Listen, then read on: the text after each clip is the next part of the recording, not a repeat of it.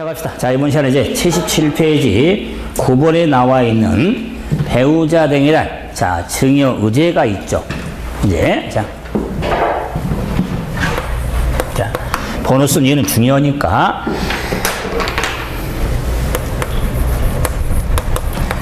배우자 직계 존비소. 그럼 배우자 직계 존비소로부터 부동산 등을 취득한 경우, 자, 잠깐 한번 생각해서 질문. 배우자로부터 부동산 등을 취득을 하면 취득세 납세 의무는 누구한테 있습니까? 여러분이 배우자한테, 남편한테, 부인한테 부동산 취득할 수 있잖아요. 또는 아버지나 아들한테, 전 자녀들한테는 취득할 수 있잖아요. 그때 부동산을 취득하면 배우자로부터, 직계 존비로부터 취득을 하면 취득세 의무는 누구한테 있습니까?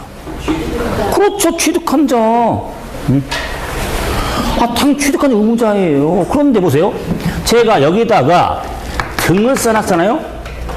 당연히 취득한 자가 의무자인데, 등무자는 그의 규정을 할 때 이 규정을 취득자가 의무자인데, 배우자로부터 부동산을 취득을 하면 증여로 취득한다. 그러면 증여 취득으로. 뭐 증여하면은 무상이다. 그럼 무상. 그게 배우자로부터 부동산을 취득을 하면 내 돈이 내 돈이고 부인 돈이 내 돈이지 뭐. 그런데 그걸 취득했다고 그래서 그걸 대가 주고 삭제하고 그러겠냐? 한 입을 쓰고 있는단 그래요? 그렇기 때문에 증여 취득한다. 그 말이에요. 왜 그러냐면 취득인데 취득세는 그 취득 원인에 따라서 결론 세율이 달라요. 세율 크게 달라지기 때문에 명확히 구분해주고 있는 거예요. 자, 그래서 증여 취득한다. 그 말이에요. 그런데 나 정말로 배우자한테 돈 줬어요. 그런 걸 좀 전혀 무시할 수는 없잖아요. 그렇기 때문에 배우자 부동산 취득할 경우에 유상 취득으로 보는 경우가 있더라. 그 말이야.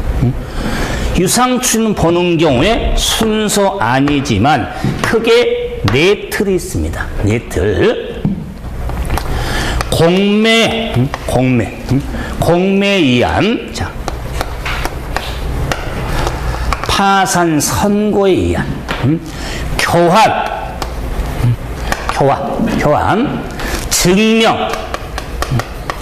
증명될 경우, 자, 이 증명도 소득 증명 등이 될 경우. 그래서 공매, 파산 선고, 교환, 증. 그래서 요 크게 네 틀이 있으니까 공파, 교증 또는 뭐 파공, 교증이든 뭐 어떻게든 간에 일관되게 아무도 없으면 공파 또는 교증 이런 식으로 좀 큰 틀. 왜? 어차피 정리하고는 100% 해야 하거든요. 왜? 이건 양도 소득세까지 끌고 가야 되니까 상대에서 받을 거 아니에요. 넘길 거 아니에요. 그래서 공매이한, 파산 선고, 교환, 그다음에 증명, 또 소득 증명 경우는, 근데 뭐 특히 봐보세요. 이해식인데 미쳤나 봐요. 그게 뭐냐면요, 유상이 무상보다 세율이 높거든요. 세금을 더 내. 그런데 그냥 무상으로 취득하면 세금 내면 될 거 아니에요? 그런데 굳이 세무서 가가지고 소득증명 떼어가지고 나 소득 여기 발생된 사람이니까 나 배우자 취득한 건 나 유상 취득을 한 거야. 증명을 해. 미쳤나봐. 세금 더 내려고. 안 그래요? 그럼 하나 말고 둘은 모르는 거예요. 제가 오늘 취득 개념 정리할 때 제 식탁에서의 에피소드, 밥에다 고기 올린 거, 그 생각을 하셔야 돼요. 뭐냐면, 자, 유상 취득이 되면은 유상이 되기 때문에 증여세하고 아무 상관이 없는 거예요. 그런데 무상이면 증여세가 발생이 되는 거예요. 그래서 어차피 취득세, 증여세를 내야 될 거 아니에요. 배우자도 받으면 6억이지만 비치기 전배사하면 5천만 원 공제가 그렇게 많지는 않아. 그러기 때문에 그에 따라서 소득증명을 통해서라도 반영을 제시해서 유상취로 하면 증여가 아니기 때문에 증여세 아무 상관이 없어요. 조금 더 내고 마는 거예요. 그럼 그런 걸 쉽게 해주겠냐 그 말이에요. 소득증명도 확실히 해야 돼요. 이런 것도 명확히 해놨는데 이런 거 시험에 내면 너무 어려우니까 소득증명을 더 강화시켜놨다 그 말이에요. 그럼 왜 굳이 유상취득 증명을 해야 되냐? 좀 증여세 문제가 있기 때문에. 그래서 자, 공매에 의한, 파산 선고에 의한, 교환에 의한 증명된 경우에 한해서 유상 취득으로 보는 겁니다. 자, 다음에 이제 10번째. 이제 부담부 증여.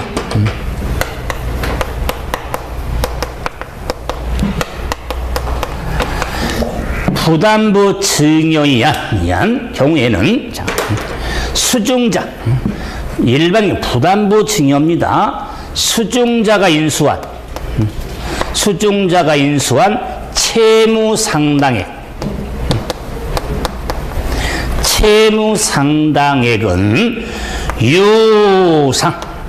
유상으로 취득한 것으로 본다. 채무 상당액은 유상으로. 누가? 수증자가 인수한 채무 상당액은 유상 취득으로 본다. 자, 그다음 보세요. 갑돌이가 자, 을한테, 갑이 을한테 자, 땅, 토지를 증여합니다. 뭐 토지를 증여를 했다면 갑은 사실은 쓰고 싶지 않지만 갑은 증여자고 을은 수증자지. 증여니까. 자, 이럴 경우 갑이 을한테 땅을 증여한 경우는 일반적인 증여는 증여예요. 그래서 자, 우리 증여로 취득으로 봐서 세금을 내면 되는 거요. 그런데 갑이 을한테 땅을 증여하면서 수증자 을아, 자, 나 그 증여 땅을 가지고 있을 때 증여 땅이 한 5억 정도 될 텐데 그 5억 땅을 가지고 있을 때 돈이 필요해서 금융기관에 그 땅을 잡혀서 한 3억 정도 땡겼었거든. 그래서 그 5억 땅 줄 테니까 은행에 3억 좀 빚은 갚을래? 이러니까 우리 5억 땅을 받아? 대가 없이 3억 빚 갚아? 그래도 2억 남잖아. 2억 남으니까 애썰. 그게 부담부 증여다 그 말이야. 그래서 자, 5억에 대한 3억 빚을 부담을 조건으로 증여했다 그 말이야. 그걸 부담부 증여로서 자, 5억이 취득이 되는 거야. 취득은 5억인데 5억을 3억하고 2억을 쪼갠다 그 말이야. 3억에 대해서는 유상, 나머지 2억은 무상으로 구분이 되는 거야. 취득세를 3억에만 부과한 게 아니에요. 5억에 대한 부과를 하는데 3억에 대해서는 유상취득으로, 나머지는 무상취득으로 이렇게 구분해서 세액계산을 하게 될 거다 그 말이에요. 이게 부담부 증여다. 그래서 앞으로 부담부 증여 나오면 애썰 이것만 좀 연상해 주라 그 말이에요. 그러면서 그래야 양도 소득세가 나오니까.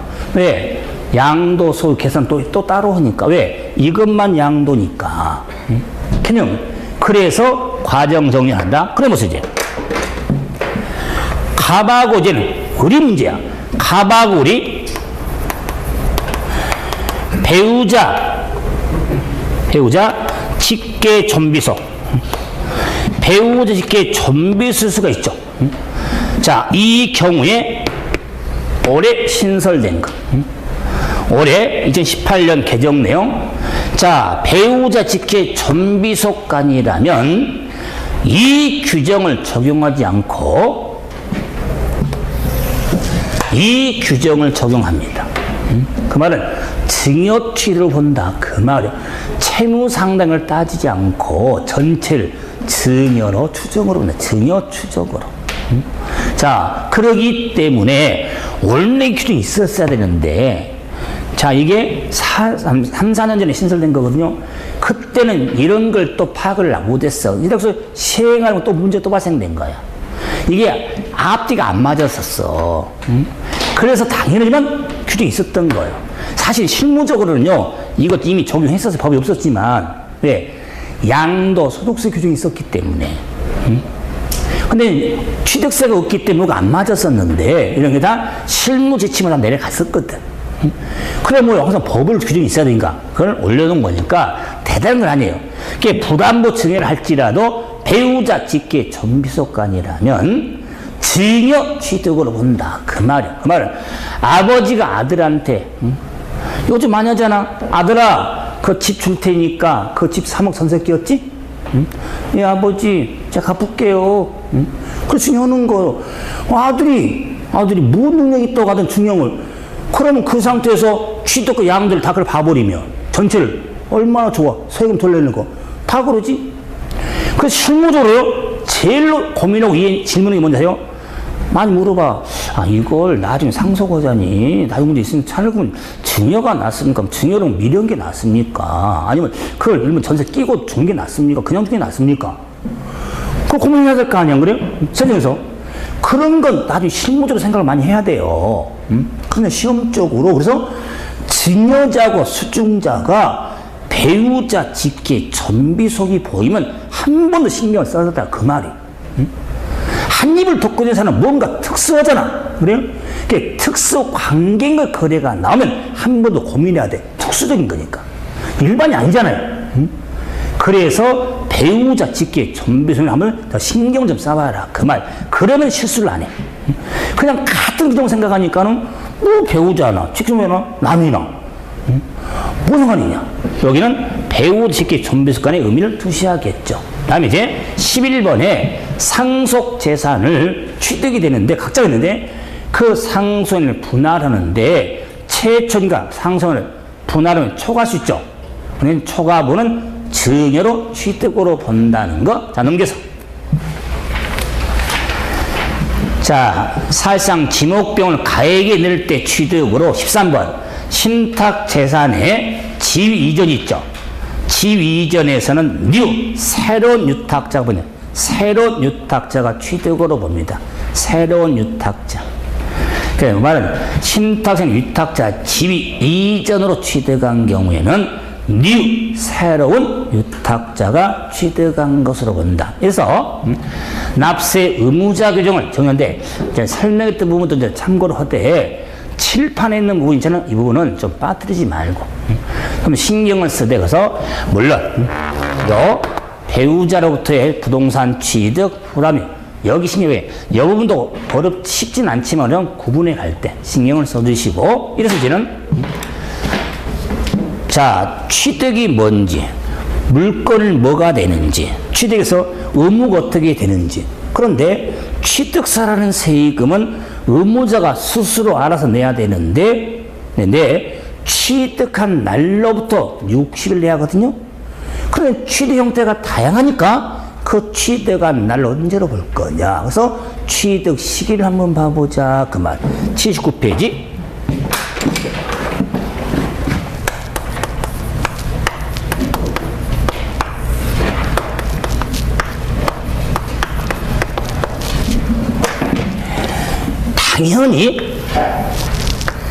당연히 취득세 지금 하고 있는데 굳이 왜 취득세를 왜 씁니까? 요 취득 시기도 취득세 취득 시기하고 양도소득세 취득 시기가 일치된다고 단언할 수가 없어. 그래서 향후에 비기도 하겠지만 지금은 취득세, 취득시기를 보게 되는데 왜 중요하냐? 방금 됐지만은 취득세라는 세금은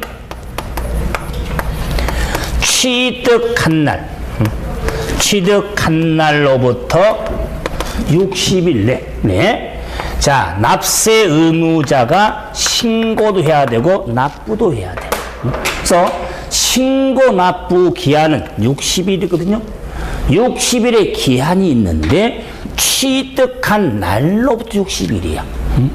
근데 취득한 날로부터 60일인데 우리가 부동산 등을 돈 주고 살 수도 있지만은 만들어 살 수도 있지만 또는 증여 등은 받을 수 있는 거고 그걸 다 무시하고 취득한 날을 특정한 날로만 잡아버리면 말이 안 되는 거잖아.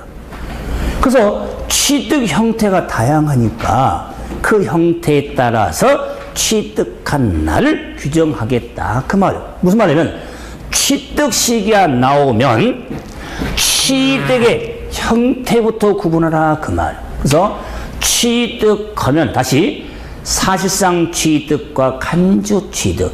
사실상은 승계 취득. 본시. 승계는 유상승계와 무상승으로 구분하죠. 그러면서도 가장 빈번한 게 뭐예요? 매매 아니에요? 하는 매매니까 중요한 것부터. 그래서 유상승계부터 봐보자. 그 말이에요.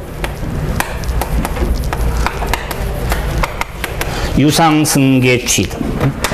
그럼 유상승계 취득인 경우는 매매 등이죠. 매매 등의 유상승계 취득은 저 좀 보시고 여러분 저 이제 좀 두 번 뵙지만은 보기 그래서 저 참 부드러운 사람이에요. 정말 저 부드러운데 가끔가다 좀 강하게 이야기를 하죠. 톤도 그렇고. 그건 여러 번 좀 강하게 인지시키려고 그런 거예요. 참 부드러운 사람인데. 자, 뭐 때문이냐면은 요 유상승계 취득 나오면 부드럽게 반드시 이렇게 구분을 하셔야 됩니다. 반드시. 구분 중요하거든요. 그럼 이렇게 하면 너무 밋밋하지 않나? 유상승계 취득이 나오면 구분을 잘해야 됩니다. 쓰겠지만 사실상 잔금을 따지는지 계약상 잔금을 따지는지 이걸 구분 잘해야 됩니다. 그렇게 밋밋하게 넘어가면 지나가나 뭐가 뭔지 몰라. 그럼 제가 강하게 어떻게 하냐면 유상승계 취득 매매 등이 나오면 반드시 아니라 반드시 좀 강하게 반드시 구분해야 된다. 그 말이에요. 어떻게 보면 사실상 잔금. 사실상 잔금 지급을 따지냐 계약상 잔금을 따지냐 그 말이에요. 계약상 잔금을 따지냐. 자 이럴 때 자 잠깐 봐보세요. 교수님 왜요? 아니 제가 아무리 그 세법 처음 하지만 우리 실상생활 하고 있는데 그러니까 매매 계약을 할 거 아니에요? 매매 계약을 하면 아니 계약을 하면서 언제 잔금 치르겠다고 하면 그때 실제 지급한 거 아닙니까? 안 그래요? 그 약속 아니에요? 실례 아닙니까?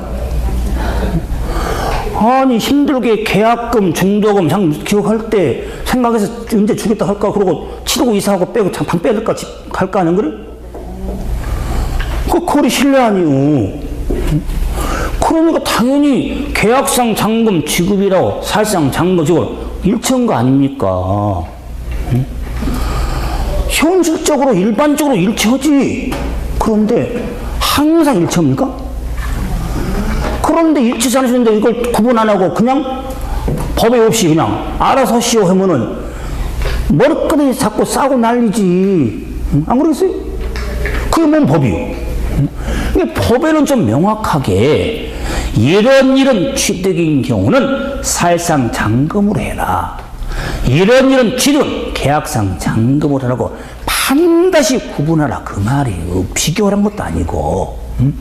그랬을 때 무슨 취득이 객관적인 취득이냐 뭐 일반적이냐 그런 것이 하면 안 나와. 그냥 구분을 잘하면 되는데 사실상 잔금, 계약상 잔금에 계약금 중도금은 아무 상관이 없어. 그럴 때 사실상 잔금이 되는 건 우리 기호로 기억으로 나왔죠? 좋아요. 자, 기억, 니은, 디귿, 니은 돼 있어. 기억하면 국가, 지방자치단체, 조합으로부터 취득. 니은, 애국으로부터 수입에 의한 취득. 디귿, 공매 방법. 공매인가요, 디귿이? 아이고. 왜 그러냐면, 그 책을 쓴 사람이 일단은 이제 암기틀이 있거든요. 그 암기틀 따라서 이게 좀 뒤바뀌거든요.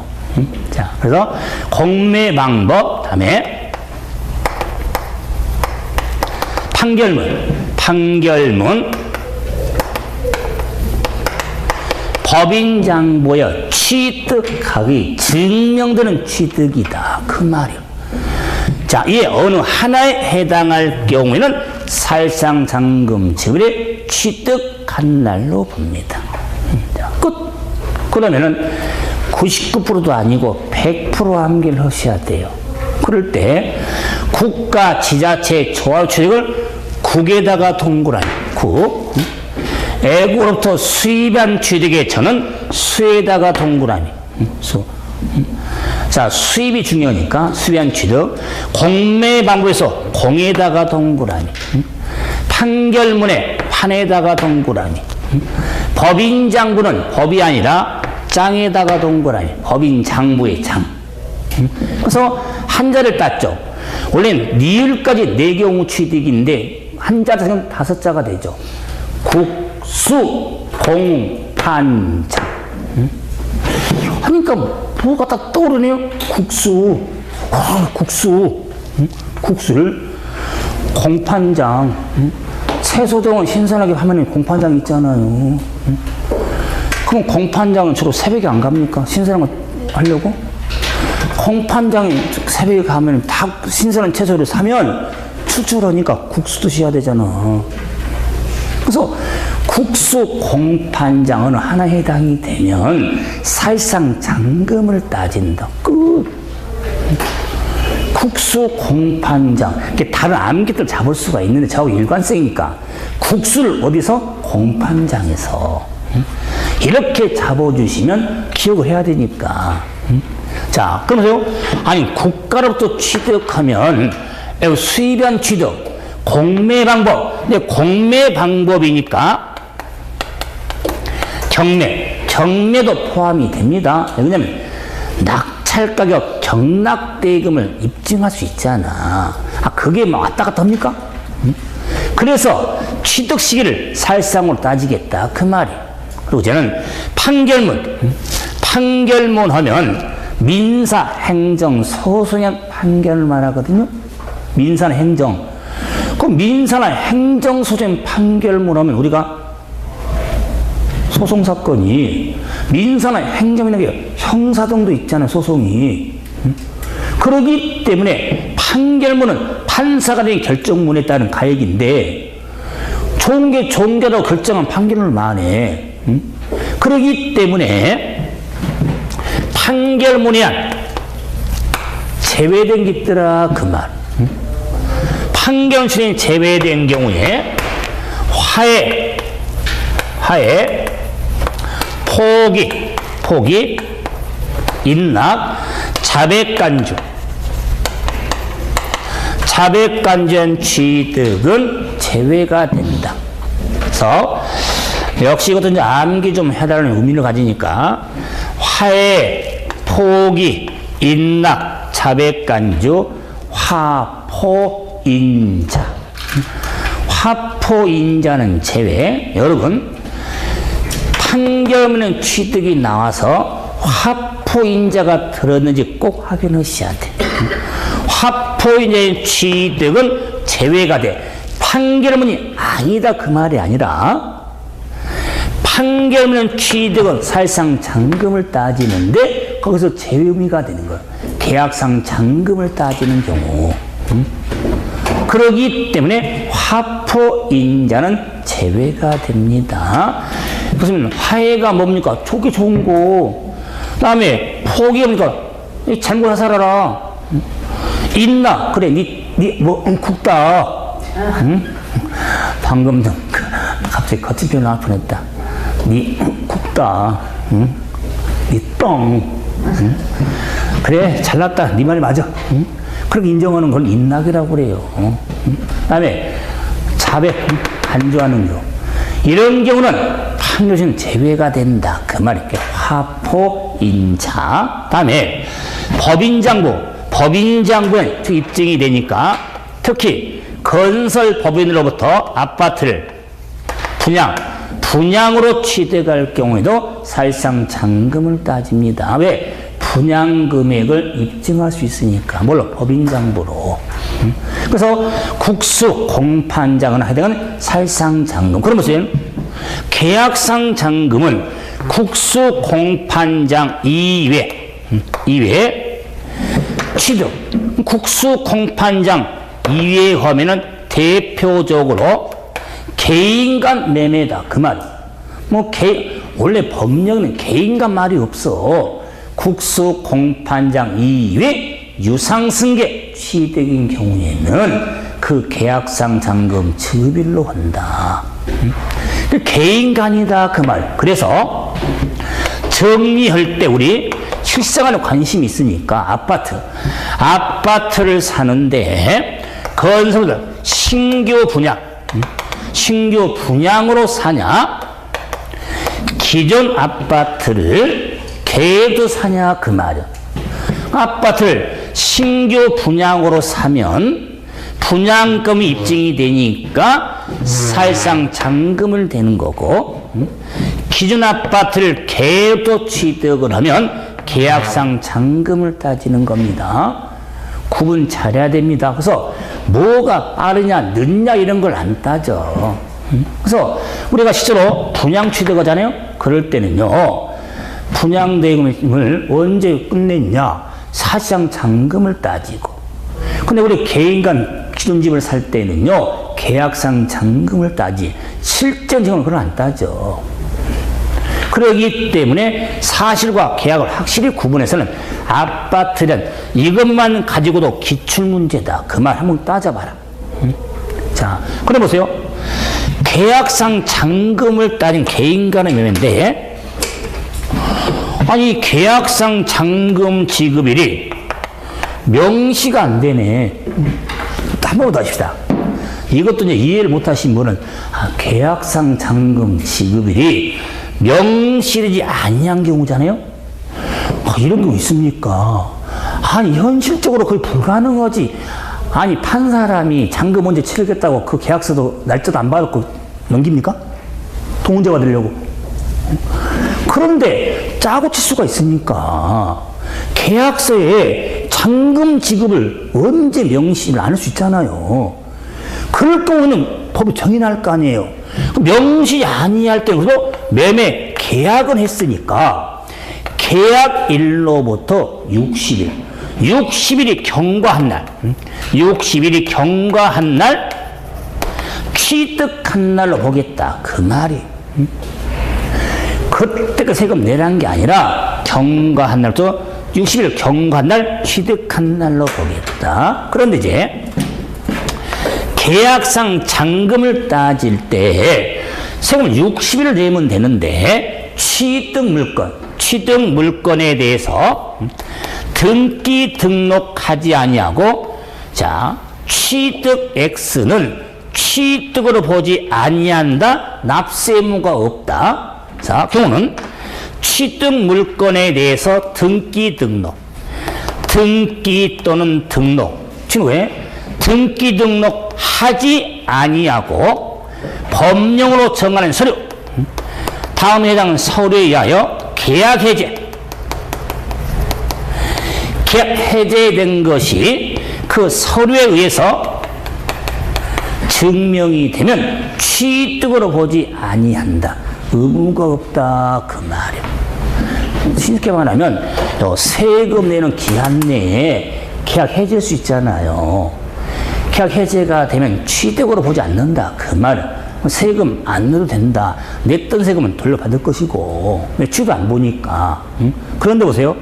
핵심이 뭐냐면 등기 등록하지 않냐고 계약 해제지 등기하고 계약 해제는 취득으로 봅니다.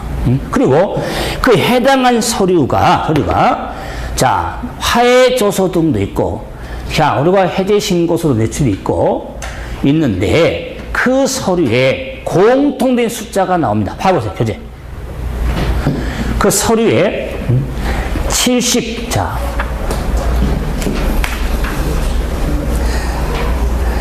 79페이지. 자, ABC 나오죠. ABC에 D가 빠진 모양이네요. 유상에. D가 빠졌네요. 부동산 거래표 빠졌네요. 계약 해제 신고서. 부동산 거래법에 따른 자, 우리가 자, 해약급 계약 해제 신고를 증빙 받거든요. D가 빠졌지만 그 안에 공통된 숫자가 뭡니까? 어차피 확인이 되든 제출하든 다 60일 해야 돼. 왜 그럴까요? 기본이 취득세는 60일에 세금을 내야 하거든요. 60일. 그래서 화해조서 등도 입증할 경우도 60일 내에 해적 입증이 돼야 되고 신청도 60일 내에 제출해야 된다. 그 말이. 그래서 구체로 가면 힘드니까 시험에서는 이 서류에 대해서 설명을 하는 거 없어. 작년에 개정된 거거든요. 구체적으로. 하지만은 시험의 포인트는 뭐냐? 두 가지지. 등기는 하지 않냐고 계약 해제. 그리고 취득으로 보지 아니한다는 거.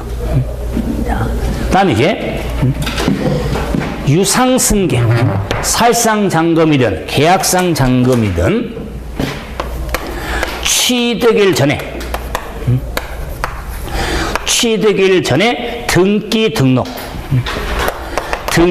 등록한 경우가 있더라. 등기한 경우에는 등기는 등기일, 등록은 등록일에 취득한 것으로 본다. 그래서 여러분 문장이 길면 또 줄여줄 거 아니에요. 취득일 전에 등기 등록한 경우에는 그 등기 등록일로 한다. 얼마나 길어. 그걸 간단히 줄여버리면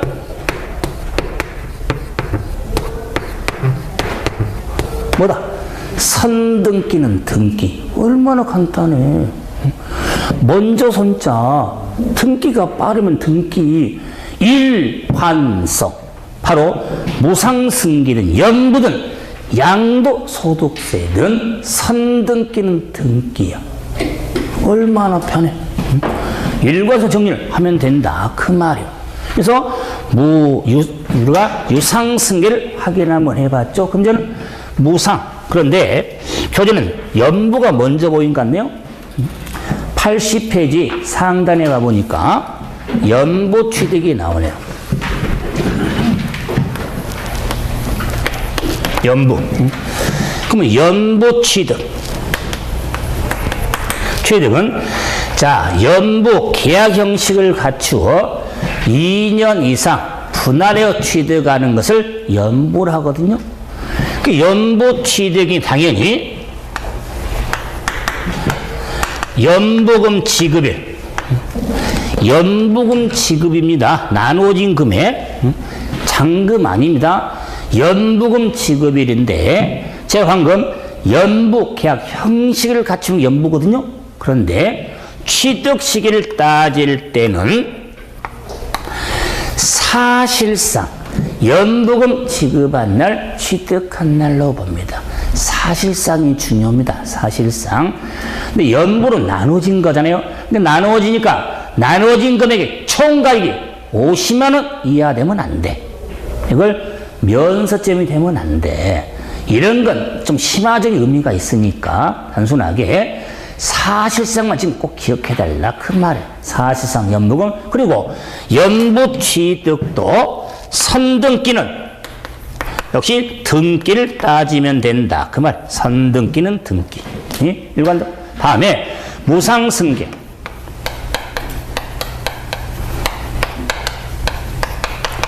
자, 무상승계하면 상속, 증여, 기부 등이죠.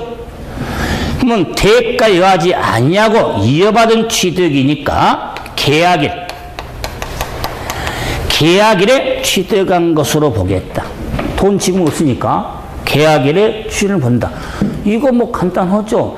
무상승계 취득은 계약일에 취득한 것으로. 그런데 문제는 상속하고 유증이에요. 상속이 뭐요? 사망을 이룬 행위잖아요. 그렇죠? 상속은.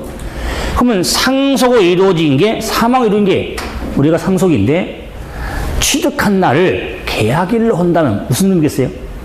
천륜 어기는 거예요. 우리가 이제 오늘부터 뭐, 좀 좋은 일 아니지만 그래도 연명, 오늘 공시 된 날 아니에요? 경우에 따라 이제 말기암 환자를 생각해서 보면 되는데, 아니 우리가 눈 감는 날을 계약할 수 있습니까? 상속이란 경우는 사망으로 이루어진 거잖아요. 그럼 내가 매월 며칠은 눈 감겠다고 계약해야 됩니까? 그럼 역시 상속도 무상이잖아요. 그래요? 원래 무상승계는 계약일로 하는데 상속은 계약일 할 수가 없잖아요. 상속은 취득이 나오면 상속 개시일, 유증 개시일로 한다. 그 말이에요. 그래서 상속을 언급을 안 하면 계약일인데 상속은 상속 개시일로 합니다. 그런데 이 무상승계 취득에 있어서도 취득으로 보지 아니한다. 이 규정은 찝어보세요. 유상승계 이 규정하고 글자 한자도 안 틀립니다. 유상승계 글자 틀리면 저한테 따라와. 자, 등기 등록하지 아니하고 해당 서류여 계약 해지된 것이 입증이 되면 취득으로 보지 아니한다. 그래서 자, 그리고 무상승계도 선등기는 등기다 그 말이에요. 무상도 선등기는 등기. 자, 일관성 확인 한번 해봤죠. 그래서 자, 더 추가로 하지만은요, 취득식인 경우는 세 가지가 기본이에요.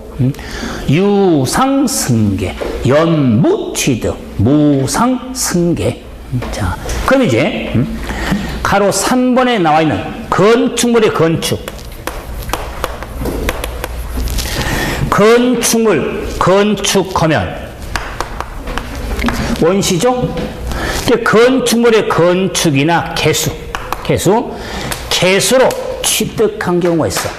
개수로 이럴 경우에는 사용 승인서를 내주는 날과 사실상 사용일, 승인서 내주는 날하고 사실상 사용일 중 빠른 날로 합니다. 빠른 날. 자, 뭐 승인서 내주기 전에 임시 사용, 사실상 사용일이 되겠지. 근데 중요한 게 뭐냐? 승인서 내주는 날하고 사실상 사용일 중 빠른 날로 한다. 그럼 보세요. 건축은 원시 취득이고 개수는 간조 취득이잖아요. 근데 개수로 취득도 시간 정리하는데, 그럼 보세요. 자, 저는 건축을 하는데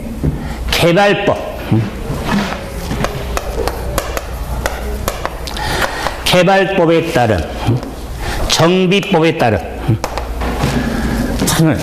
도시개발법, 도시민 주거환경 정비법, 정비법, 개발법, 정비법에 따른 건축한 주택이 있어.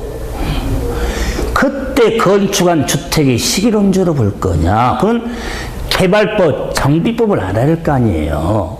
그럼 공법을 좀 해야 될 거 아닙니까? 그래서 개발법에 따른 환지 처분을 알아야 되고 정비를 소유권 이전을 알아야 할 거 아니에요.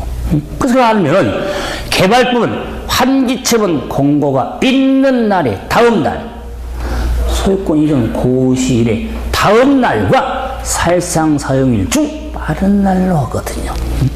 일반적인 건축은 승인서를 내주겠지만은 개발법에 따른 환지 처분으로 취되고 정비는 우리가 소유권 이전으로 이루어지니까 그것만 붙이면 돼요.